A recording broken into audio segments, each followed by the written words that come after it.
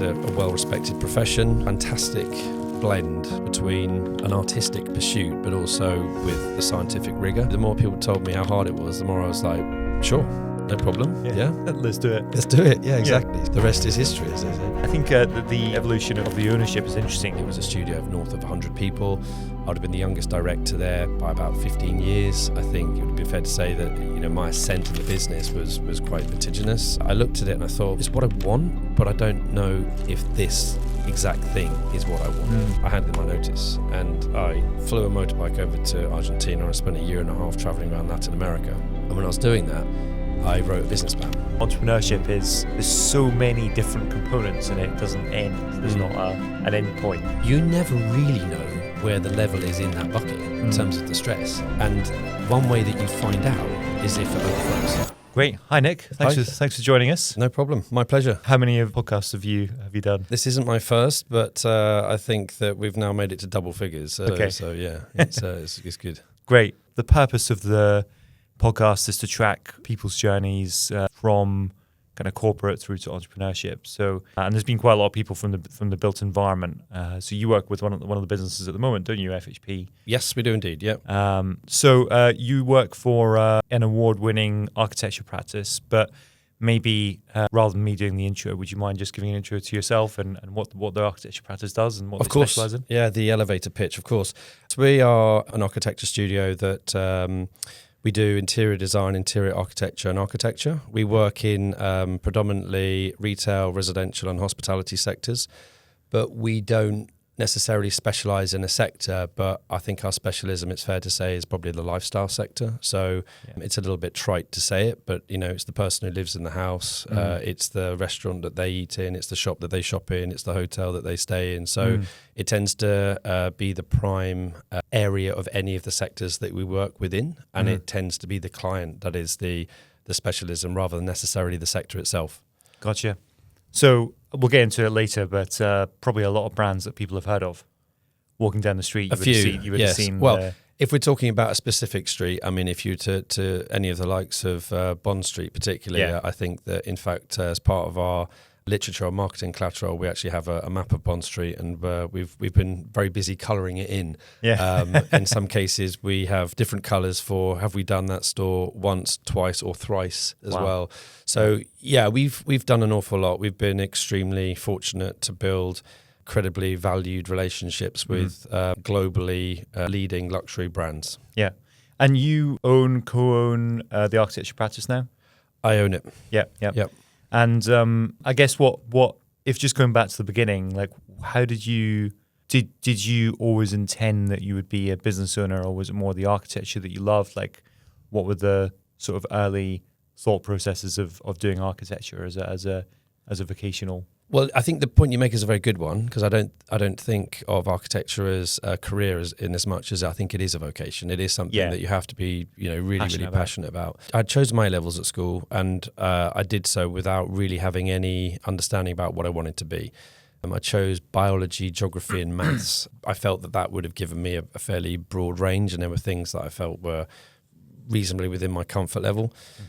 And we had a series of lectures at school called Futures Talks, where we would have an alumni of the school coming in who did a particular profession, and they would talk about it and they would explain. And I remember being fairly glazed over for the first 40 minutes of this lecture, and at the end, the architect who had come in said, it's a well-respected profession. You're never going to be a millionaire, but you're not, hopefully going to be on the breadline either. He said it's a fantastic blend between an artistic pursuit, but also with the scientific rigour. And he said it's an internationally recognised qualification that you'd have in the UK, which gives you fantastic opportunities to travel. And when he said that synopsis, I kind of wanted to rewind the whole thing and say, sorry, can you start again? What talk me through that again? And those things really resonated with me. And I had a good friend at school whose father was a structural engineer, and his father kindly arranged for me to get some work experience with an architecture studio for a week. And I just loved it. I was, the bacon roll boy. I'd go out and get them and bring them in and stuff. But, it was the emergence of CAD. And I thought this was fascinating that people were drawing CAD, but there was still, lot of people in the studio with drawing boards, and the architects that I spent time with in that week, they were very kind. They took me out to sites. I love the fact that you're in a studio and you're creating something, but then you can walk out of the office and you can go to a site meeting and you can physically see it there. It's almost like model making, but 1-to-1, on a big scale. And honestly, I'm quite stubborn. And so when I said, I want to become an architect, there's a lot of, it's 8 years, don't you? Yeah. It's really hard, don't you? Yeah, sure, no problem. So the more people told me how hard it was, the more I was like, sure, no problem. Yeah. Let's do it. Let's do it. Yeah, exactly. Yeah. So, the rest is history, as they say. No, I remember, Gary, when we were in our 20s, I was more on the finance route. So my product would be an Excel model or a PowerPoint presentation, and we'd be walking through the street. Oh, yeah, I built that shop. I built that shop. So I totally get the having something physical that you've created that people are enjoying the space. There must be a lot of pleasure from that. There is, yeah. I mean, what we do is extremely challenging. And I say we in terms of the broader sector. You do nothing on your own.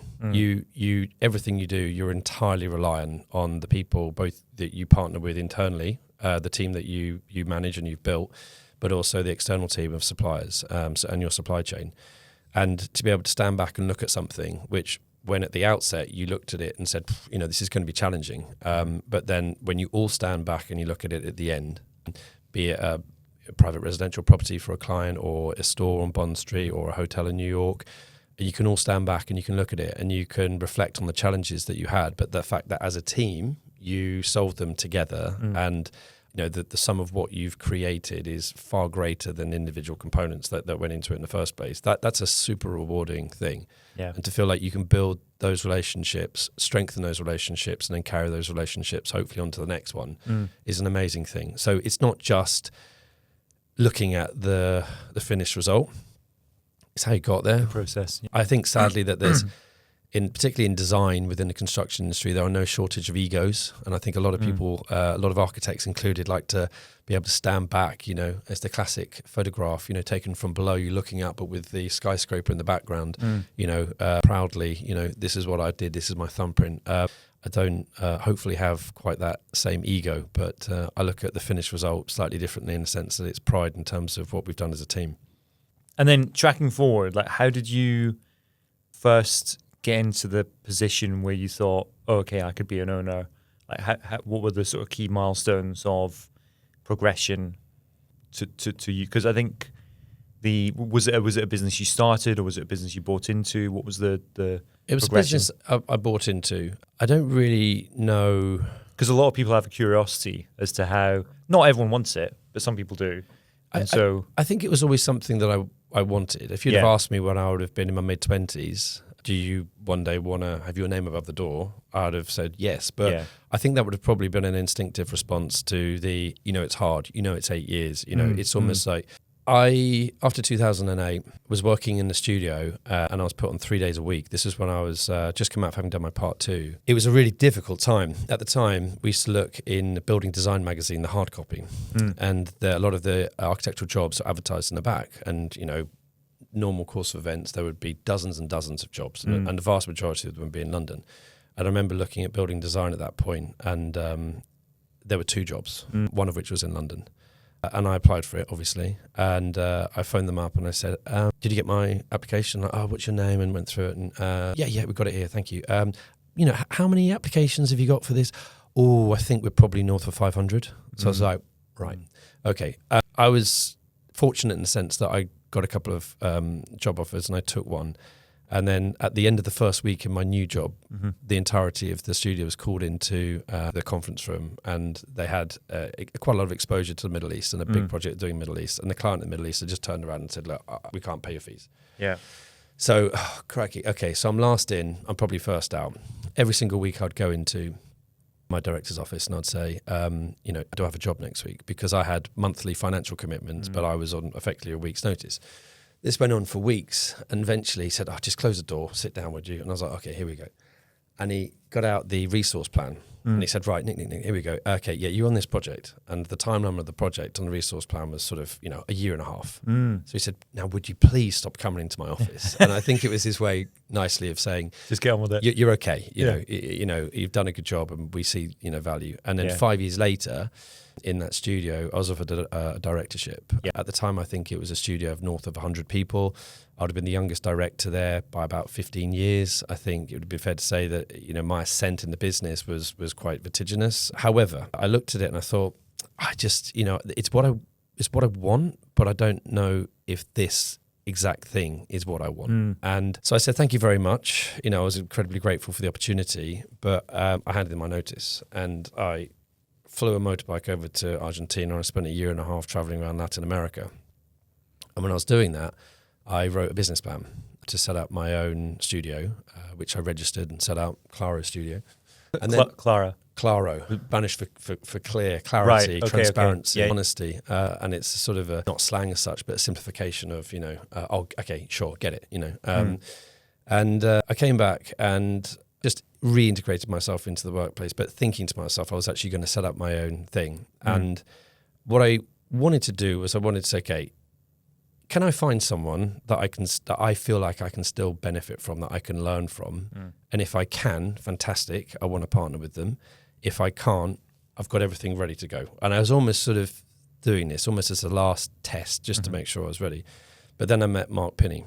And when I met Mark, I thought, wow, this guy's still got a lot that I can learn from. So I partnered with Mark, but the discussions that we had very early on were very much about succession. And I think that at the time that I met Mark, he was at a bit of a crossroads as to what he wanted to do with the business. And I think he was looking for someone to come in with that ambition and with that clarity of taking a business over. And so Mark and I partnered for several years, and to his immense credit, when I came in, every time I said, I think we could do this better, I think we could tweak this, or, I think we should, look to try to do this, this and this. And he'd say, one of his classic expressions was, you're pushing an open door, and he was accepting, amenable, encouraging for everything that I wanted to do, to the extent that after a certain number of years, I'll be, looking at responsible for recruitment, or then looking at client management, looking at how we structure the studios, systems, protocols,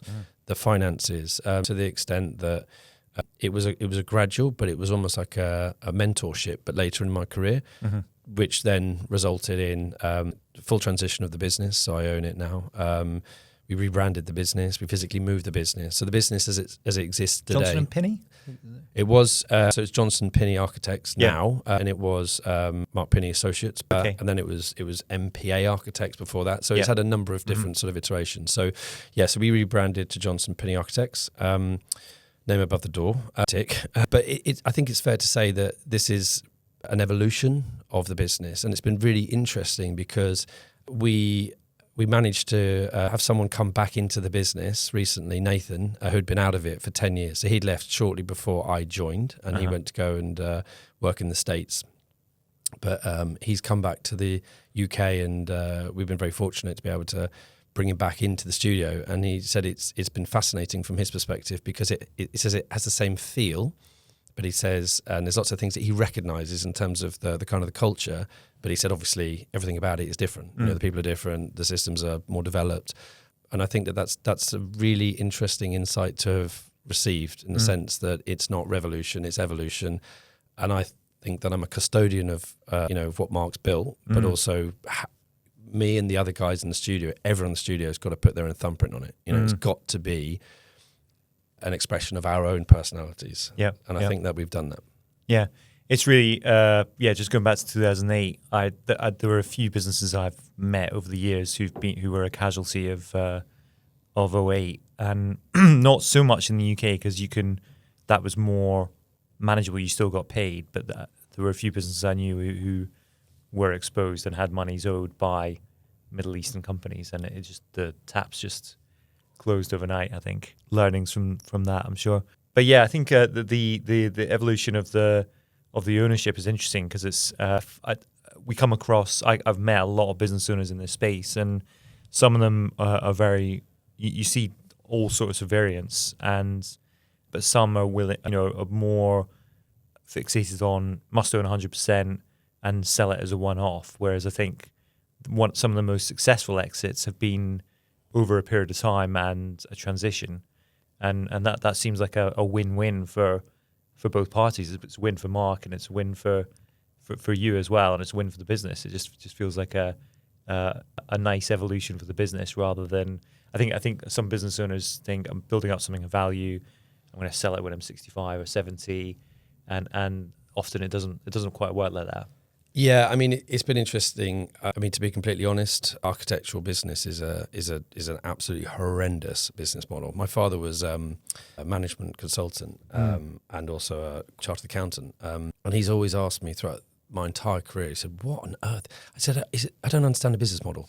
You give away everything that you have of value for free. At the outset when you pitch." Right. He said, Your overheads are sky high. You employ people with multiple degrees. You have to have the nicest office, use the most expensive software, and yet your margins are crazy, crazy low. He said it's a just horrendous business model. Yeah. And people-based. And incredibly people-based, yeah. And I thanked him for that insight after I'd effectively chosen this as my vocation. Yeah. So it led to some sort of interesting discussions around the transition, because obviously I was having discussions with my dad about this, and it's kind of interesting because I've actually been offered prior to this 2 businesses to come in and take them over by sole traders, by people who have done exactly what you said and then basically sought an exit.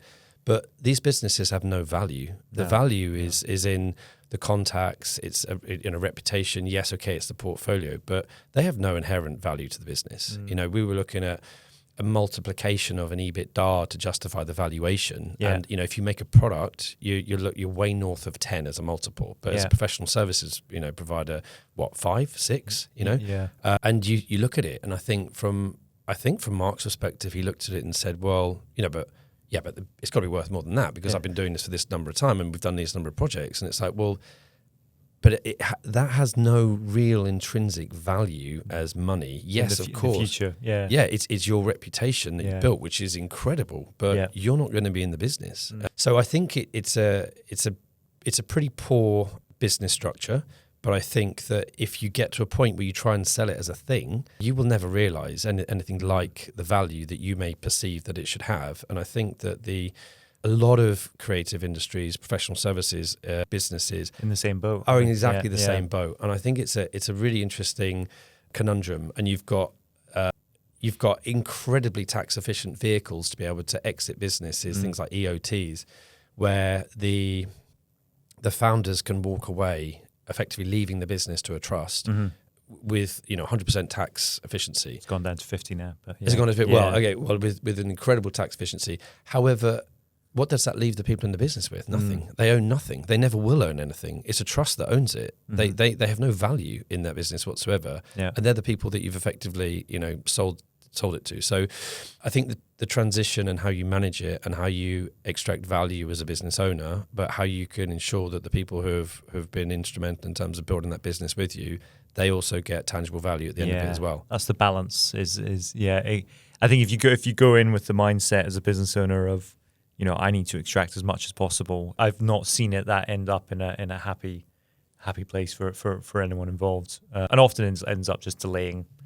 The retirement ends up being delayed and so on. So what made you pick Pinney rather than the other options on the table? What was it about the business? And it was Mark. It was the fact that, in Mark I saw someone who fundamentally is a good human being. I have some very backhanded compliments, Mark, about the management of the business, that he didn't always get paid for what it was that he did, because his number one priority was to ensure that clients were happy. I don't have such a compulsion. I'd like to get paid for the work we do. I want to make sure clients are happy, but I think if we're selling a service, that it's fair to be paying for it. So, but Mark was a consummate architect as well. I mean, in a traditional sense, and I just felt I had a lot to learn from Mark.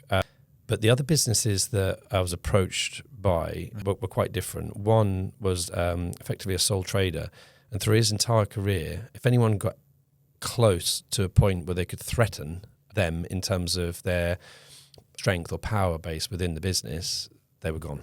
I remember working with an associate at the time who was a fantastic architect, and he wrote a business plan as to how he would take the business forward, and he presented that to the owner of the business. The next thing we knew was that he was on gardening leave. He wasn't allowed to come into the studio. We couldn't contact him, and it was all very strange. And I thought it was really sad when this person then reached out to me and with a suggestion of, well, come into the business, take it over. And I thought, you've had people, really good people in your business that they've shown that. Who could have maybe taken the mantle. If you would have been more open-minded to have considered that transition from an earlier point, you wouldn't be in the situation you are in now. And another business was a guy actually I did my first proper training with in London, who again was an incredible human being and an amazing architect, and he asked me to take it over. But at the time, it was quite a small studio, and one of the conundrums that I faced in terms of doing my own thing or partnering with someone and then effectively taking that business over is the doing your own thing from day one.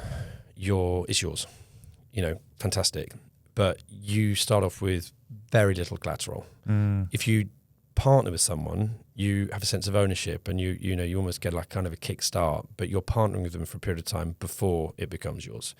And with the other opportunity that I had, it was such a small business that there wouldn't have been a great deal of difference between me actually starting my own thing on day one or partnering. So it wasn't really a point of difference. And if I was going to actually do it and it be my own thing, I should have just done that. So Pinney, there was momentum clients, projects, and if you're tendering, you can tender in at a higher level than if you started by yourself. And yeah, exactly. And there was a really high quality established portfolio that clients sadly come and go, but the portfolio that you've got remains, your reputation remains. And I also really felt that with Mark, he was open to any suggestion that I had in terms of where to take the business, which for me was super refreshing. Because I don't underestimate how hard that must be, by the way. You've spent 35 years owning and managing something, and someone comes in and you're open to anything that they say.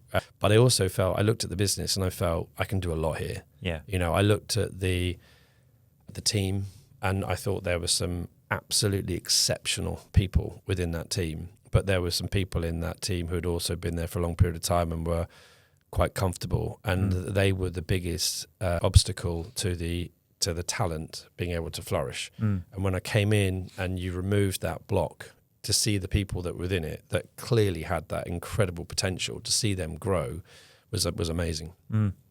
Fascinating. So in terms of we touched on the built environment, how do you find as the industry kind of evolved over the last 10, 20 years, there's been things to try and unlock, for example, like payments from bigger companies. Like what are the things that are good about the industry and what are the challenges in the industry as well? I think the industry's evolved hugely. I can remember when I first went to meetings as a year out part one placement, there might be 4 consultancies there, structural engineer, a services engineer, an architect, maybe a project manager, and you're sitting with a client. It's a small meeting room, the round of coffees cost you less than a tenner.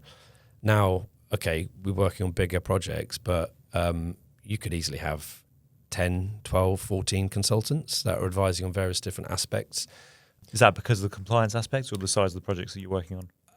No, I think it's fragmentation of the previous roles and responsibilities that existed. So even more specialisms. I think so. I mean, architect, the etymology of the word architect is master builder. We were always considered the lead consultant, and we had all of these skills under our belt, and there was an expectation that as an architect we would be doing that. I think the role of the architect has become far more marginalised. I think to the extent that now I think we are probably more true to say we're a design consultant now. Project managers exist on every single job, whereas previously they would have only been used on very large and complex projects. Whereas now it's, you go down the list of consultancies that you would expect to have on any job, and it's just tick, tick, tick, tick, tick. These are expected. But there are a lot of specialisms now. I mean, if you're going to submit a planning application, before it was a form and some drawings, now you've got to do soil analysis. You've got to do, geotechnical. You've got to have an arboricultural consultant on board. You've got to have bat surveys, apparently. Bat surveys. Yeah. You've got to have the heritage, but also the planning consultants as well. Landscape consultants. You've got to have a rights of light impact. Looking at the air rights, and this could be for a domestic extension. And so the complexity, the bureaucracy has become far more challenging to manage, which is incredibly frustrating. But that's where I think we find ourselves today. And I would sort of, it's a fairly broad statement, but I think generally challenges in this country, a lot of them come back to public governance. If we think about, to take the planning as an example, we have a system at the moment where under the planning legislation, the law states that there is a presumption that an application will be approved unless it contravenes planning policy. Should be black and white, right? Should be fairly straightforward. And yet it doesn't feel that way, and given the challenges that I and every architect has and clients have in terms of being able to get planning approvals through, it does not feel like that at all. It feels as though you're working with a local authority that are looking for any reason to reject what it is you're doing. They're very anti-development. And this is a huge issue. It's a huge obstacle. And honestly, I think the entire system is broken. And I think there's only one resolution to that. And that's a fundamental rethink about how we procure buildings. And from my perspective, the legislation and the governance is entirely clear. You've got national governance and you've got very specific local design direction and local development plans. My view would be that there is a presumption that you don't need planning approval. As long as what you do conforms with the legislation, you should be allowed to commence immediately, albeit with the party wall awards and the necessary approvals on those elements. However, if you contravene those laws, there should be huge punitive fines. But at least it means people can start if they know they're compliant. They can start, they know they're compliant, they can plan the works, they can engage with local stakeholders, they can potentially plan the works in a way that's going to minimise disruption. They can ensure that the disruption is for as short as possible as well, which is one of the things that local authorities do, in theory, seek to try to achieve. But you would have a fundamental shift, subtle but important. You would have architects that would be advising clients on the basis that we are the experts of the legislation, which I think we are most qualified to be. I'm an architect, so I'm a bit biased, I would say that. Yeah. But we would say to clients, look, okay, the line is here, that's 100%.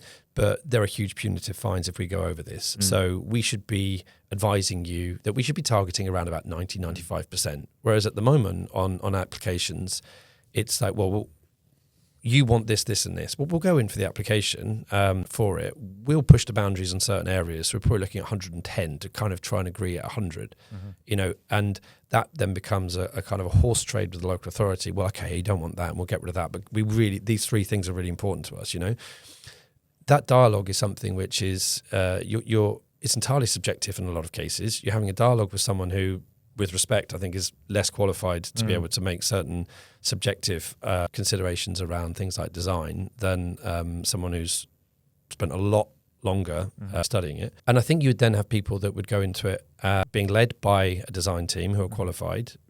You would have, I think, less disruption, shorter timescales of projects. The entire cost of delivering these projects would be significantly lower.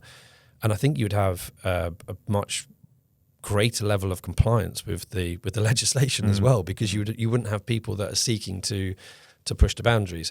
All of the incredibly short-staffed planning teams and departments, all of those people could be focusing their time, dedicating their time to looking at non-compliance and enforcement, with fines that would pay for the entire system for those few people that would step outside the boundaries and would try and do the things. And obviously there would have to be undertaking of corrective works to redress any issues that they had. So that sounds like a fairly dramatic change to the existing system, but honestly, I think we need that. And I think, to talk about that's a challenge, but public governance. But you look at things like the introduction of the Building Safety Act 2022, it's so poorly delivered. You've got lawyers that are doing CPDs on this, and if you're having to have someone of that level, you're non-building people. How are we supposed to explain that to lay clients? I'm having trouble sometimes explaining it to large multinational organizations that, work all over the world, and they don't understand. I don't know if you've experienced the same, but it seems to just slow down all the projects that were in motion. it's Absolutely. I mean, you've got a gateway system now that is fundamentally flawed. Even the naming of principal designer is confusing because it is a kind of a part carryover to what existed before, but with a different role and different legal liabilities and responsibilities. I understand why it was introduced. I think that the spirit of the changes, I completely get on board with. The analysis of what went wrong at Grenfell, I think was obviously critical, but I think it's so poorly. It's been so poorly delivered. It's so confusing, and I'm saying that as a professional. To try and explain this to people who are lay clients, as I said, is really challenging. Yeah, and the impact on small businesses in the supply chain, because as you said, like often there's a lot of work done up front at cost or even for free, before the project even begins. So it's incredibly costly and margin eroding, for a lot of businesses in the supply chain. It is, yeah. I mean, we work in an industry where what we do, it's true to say that every single project we start with, it is a clean piece of paper. If we worked in a world which was an AI-driven maximum efficiency, we would have 8 typologies of house. They'd be 3D printed, they'd be set out on a grid system. But that's not the world that we live in. No. On one level, that's the optimum of efficiency, but we're human beings. We value, quirks and differences, and you go to a Cotswold village because it's just inherently beautiful. That's not the most efficient way of doing things, you know. So you've got the balance between the efficiency and what we covet as an animal, which is beauty. Yeah. And there's a complete contradiction between those two things, if you think about it. But it's a very challenging approach when you look to try and create something from a clean piece of paper every single time. There is a huge inherent inefficiency in terms of that approach. But it's true to say that's what we do. And you might look at, you might look at 2 stores on Bond Street. You might look at them side by side and go, well, they're pretty close. Okay, but the servicing strategy, the thing you can't see, or the structural enabling that's gone in to achieve that, there could be fundamentally completely different. It would cost you more and it'd be more inefficient to try to copy one and put it onto the other than it would be to start from a clean piece of paper. So what we do, I understand the inherent inefficiency of it, but we're doing it because we are fundamentally tailoring what we are delivering, both as a service but as a product, very specifically to our clients' needs. And that could be a client's house because that's how they want to live, or it could be a retailer, or it could be a hotelier. What we do is a absolute faithful response to the brief that we've been given, the constraints of that particular project, and that necessitates that clean piece of paper approach. And so you mentioned AI. How has that evolved, and what sort of impact is it having on the business, and what are you doing to work with it? I mean, AI is an inevitability. It's coming. Get on board or get out of the way. However, I think there's a number of very interesting use cases in architecture and more broadly that I think are extremely interesting, but I don't feel that right now they are applicable in a sense to what we do right now. I think that there are 2 obvious examples at this stage, one of which, from an outside perception, I think it feels quite salacious to think that you can go on to Chat or Claude and you say, design me a living room. I want 3 chairs, I want a fireplace, I want this. Bang, it will give you an image. And I think there's something really tempting with that. But the challenges that I see with that is that you go, okay, well, I want some curtains. I want them put here, but I want them stacked in this particular arrangement. I want the floor to be laid in a different direction. And once you start trying to go and manipulate that, before you know it, you're going round and round and round in circles to the extent it becomes very difficult to achieve exactly what it is that you want if you've got that clarity of vision, to the extent that it would have been quicker as an exercise to have started out and to have generated that image from scratch than it would have been to have used AI as a tool to have got to that point. Because I don't honestly think that you end up in the same place. So that is a use case at the moment, which I understand, but I don't agree. Do you sometimes get from clients, here's what Claude gave me, can you, or does that not? I spoke to a lawyer earlier who says increasingly now it's like, well, ChatGPT gave me this. Yeah. It's a bit like sort of going and get a diagnosis from a doctor having gone on Google. Google. Not yet, but it's inevitably coming. I mean, we would have a Pinterest board, that would be presented to us in terms of these are the ideas and look and feel, which is incredibly helpful. Yeah. I haven't had the AI yet, but it will come. I think it's interesting you make the point about a legal precedent in that sense, because I think there is a huge potential for that. And then one of the use cases that I've come across from speaking to someone is that they created an internal tool within the legal business where it would look to analyse and assess contracts, particularly across different geographic jurisdictions.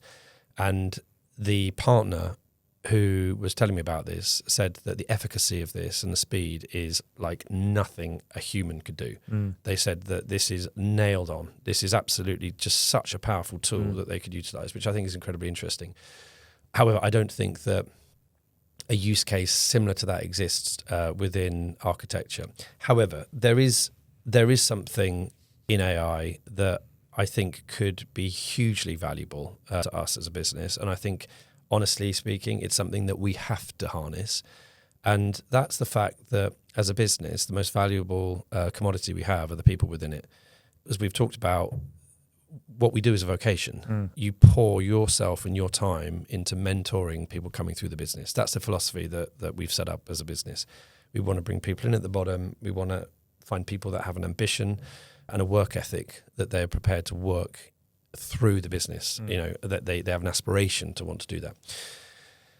However, when people leave, they take that with them. And I think that the most powerful use case that I can think of at the moment is how can you harness experience in an AI-based tool that exists within the studio, which helps you pass on knowledge. So, example, it might have a fairly prosaic interface where you can ask a question: can you recommend which internal partition I need to design? No problem. Do you have any of the following that you can give me?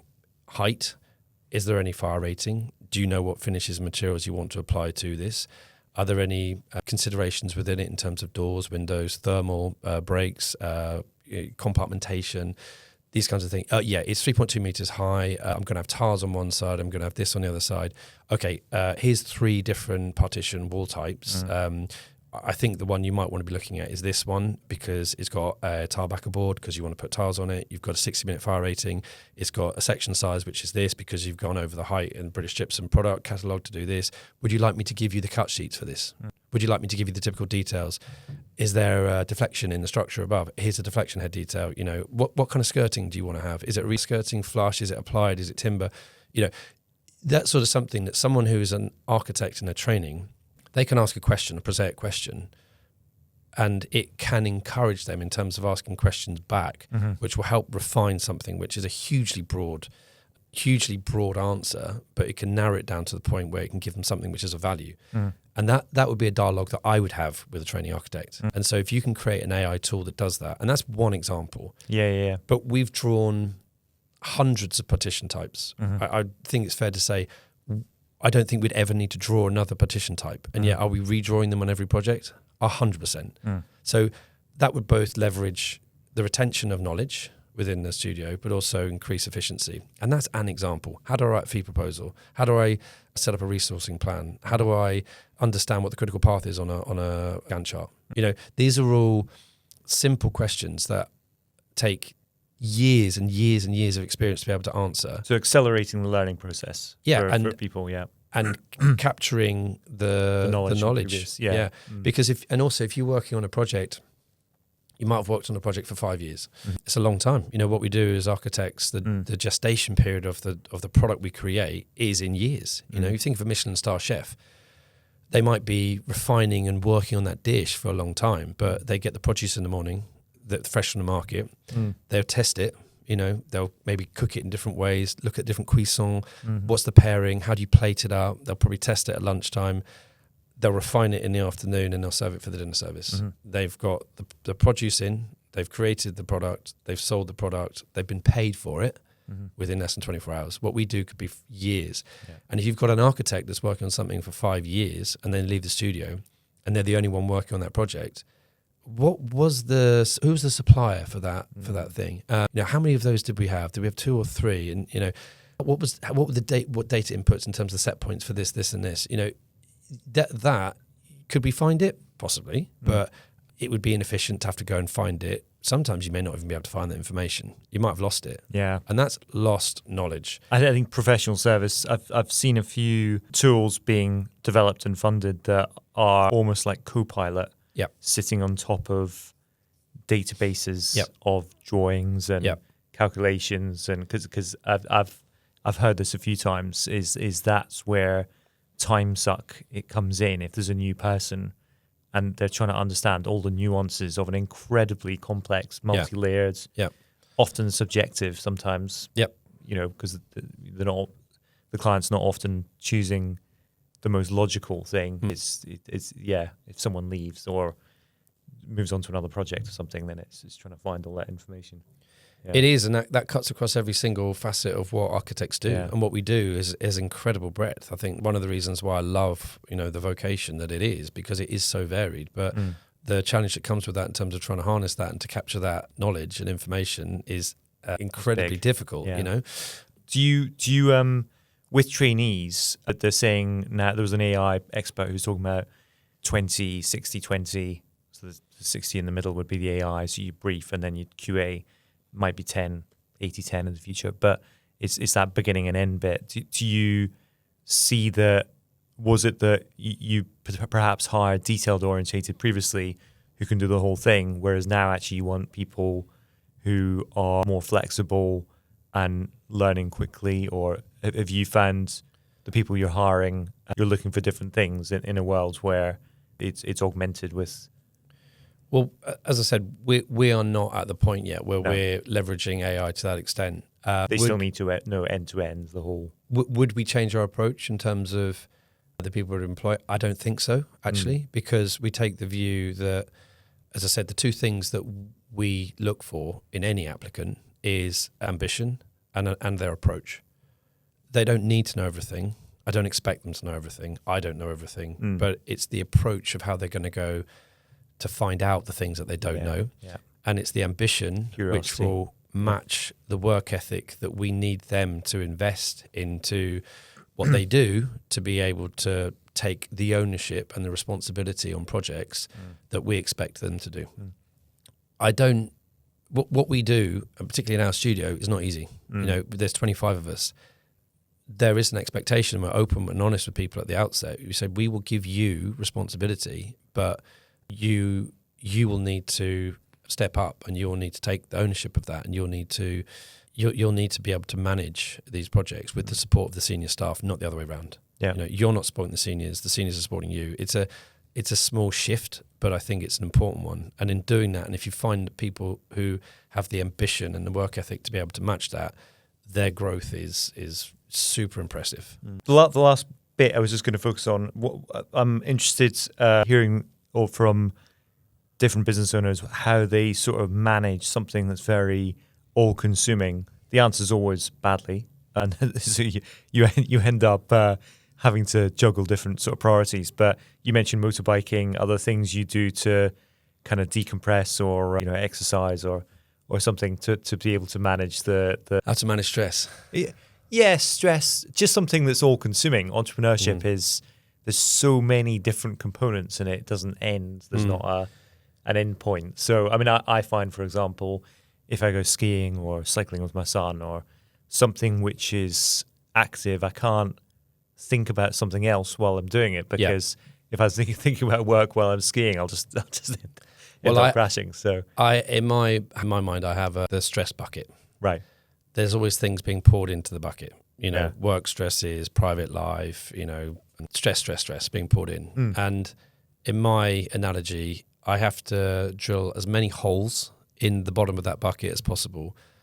Interesting analogy. And each of those holes, some of which you've mentioned, trying to get sleep, and regular sleep, trying to get 8 hours. The value of I think sleep in terms of being able to reset, I think is super important. Eat healthy. I love a glass of wine, but I think limiting what you drink, I think is in terms of alcohol-wise, because I find that I need to operate at 100%. And even if I'm 0.5% off, I get frustrated with myself. Exercise, I think, is fundamental, really, really important.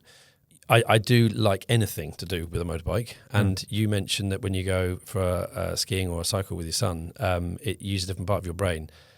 I ride bikes on the road, but I also ride bikes on track. And one of the things I love about riding bikes on track is it's the absolute 100% focus you need to have in that moment. If you're motocross on track like MotoGP or World Superbike, so I go off with a mate and we go to some of the most incredible tracks in the world where they do MotoGP and World Superbikes.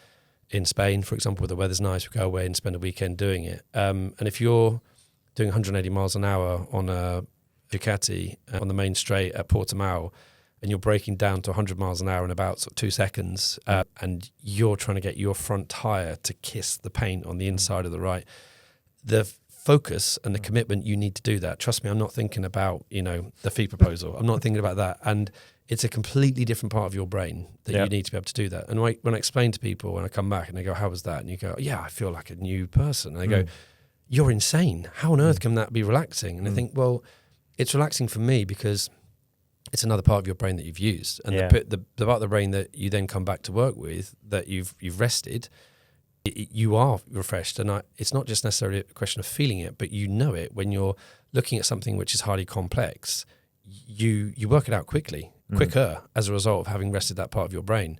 So my stress bucket analogy, it's a question of how many of those holes can you drill into the bottom of your bucket? And then how can you maximize the aperture for every single one of them? And I think every single person is different, but I think every single person has got to create a mental image of what that looks like and how you have to manage those things really actively. Because from my perspective, a couple of important things. Sometimes you can't control the stress where it comes in. It's life, it happens. You have to deal with things as and when they come up. You don't get to choose them sometimes, But the other important thing, the thing that I've learned is that you never really know where the level is in that bucket in terms of the stress.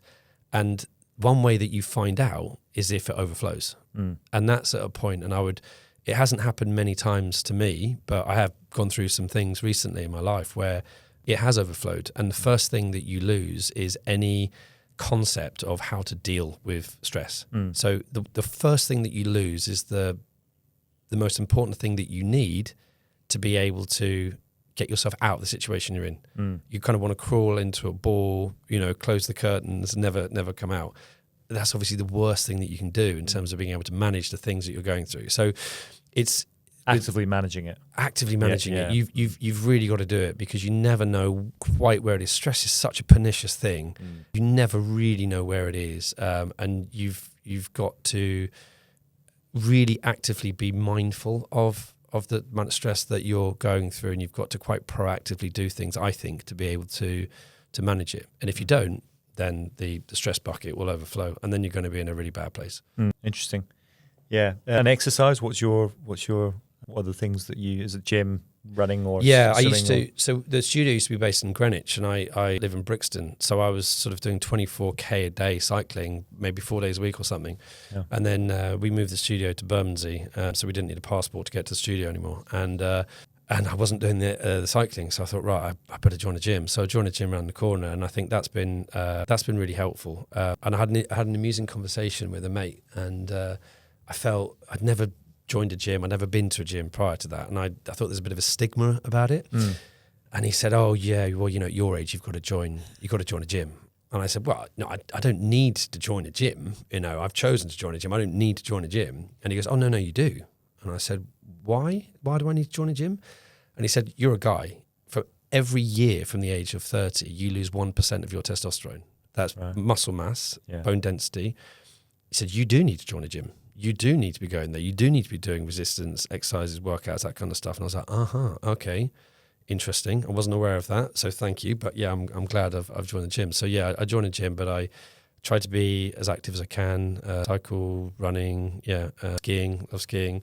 Triathlons. Occasionally I drag everyone in the studio to go and do a sprint triathlon or something. There's a bit of competition in the studio, shall we say. So Yeah, I tried to be active. I was recently invited to go and play paddle with some guys in the industry. There seems to be quite a lot of built environment paddle events now. Yeah, there are. I mean, I'd never done it. And again, I think there's a bit of a stigma attached to it, but because it's become so popular. But I can see why. It's very accessible. And it's very sociable. You're getting your heart rate up, but you're having a chat whilst doing it. I like to play golf as well, similar kind of thing. And I think from a business perspective, you can have a captive audience with the people you're playing golf with for a few hours, and you might talk about work for the first 3 holes, but for the rest of the front 9 and the back 9, you're talking about each other and your lives, and that's when you really build those relationships with people where when you need them in a professional context, you have a closeness to them that you can leverage those relationships much, much more because you're just closer. And I've been lucky enough in the industry that we work in now to work with certain people for such a long period of time that they're friends. They're now friends. So and anything that's on a motorbike, just say yes. Great. Nick, thanks so much for joining us. Pleasure. Thank you for having me. Yeah, super interesting.